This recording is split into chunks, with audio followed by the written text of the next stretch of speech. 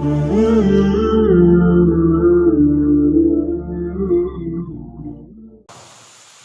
qala Nabi sallallahu alaihi wasallam, man tawadha'a li ghaniyyin salihin li ghinahu dhahaba thulutha dini.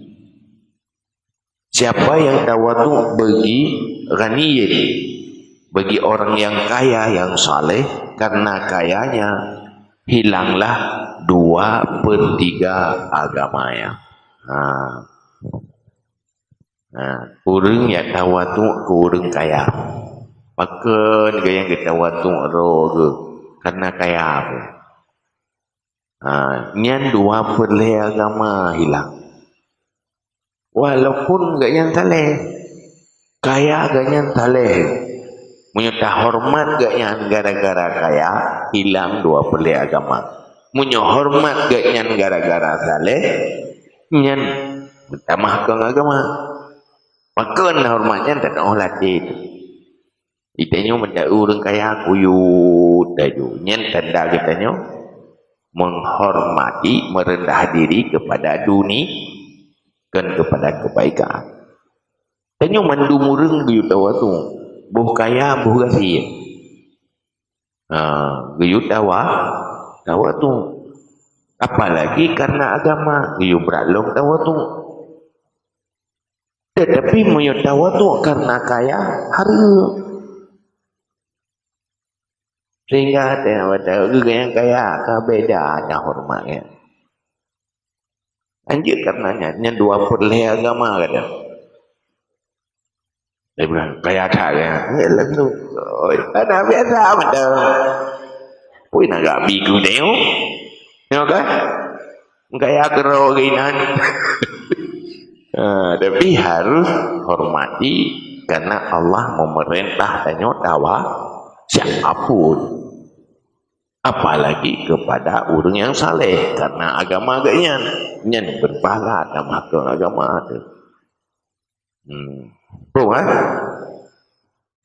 Wakila wal muradu biddin huna al adab.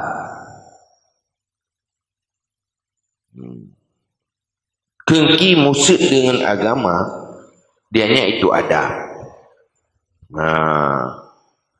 Maksud agama kagak ada 2/3 adab ada. Anak adab tengok, anak akhlak. Yang mana lagi? Orang yang dihormat orang lain karena kaya yang orang beruah 2/3 akhlak ada. Dengan itu 1/3 tu. Yang nak berkon 2/3 tak kaya kantik betul. Putan di. Wal makna annal adab salah satu adabun ma'allah wa adabun ma'a rasulillah wa adabun ma'a ammatin nas. Fa idza tawadda'a li ghaniyyin zahabal adabani wa humal adabu ma'allah wal adabu ma'a rasulih wa baqiya adabun wahidun. Dan bermula mana hadis bahawa sungguh adab itu 3. Adab nalih. Pertama adab beserta Allah. Yang kedua adab beserta Rasulullah. Yang kelima adab beserta umum manusia. Dan selalu beradab.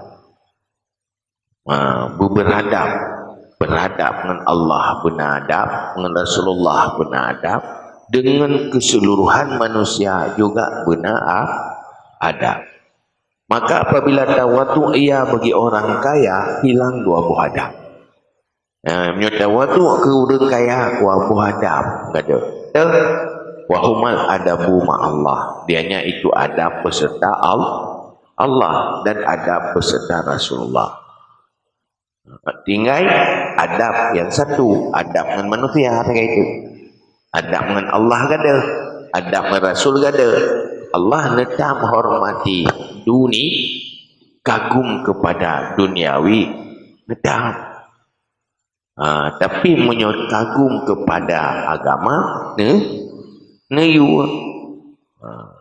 Jadi merendah diri kepada dunia, nyan gada agama. Sementara yang niyu dia tawaduk kepada Allah, tawaduk kepada Rasulullah.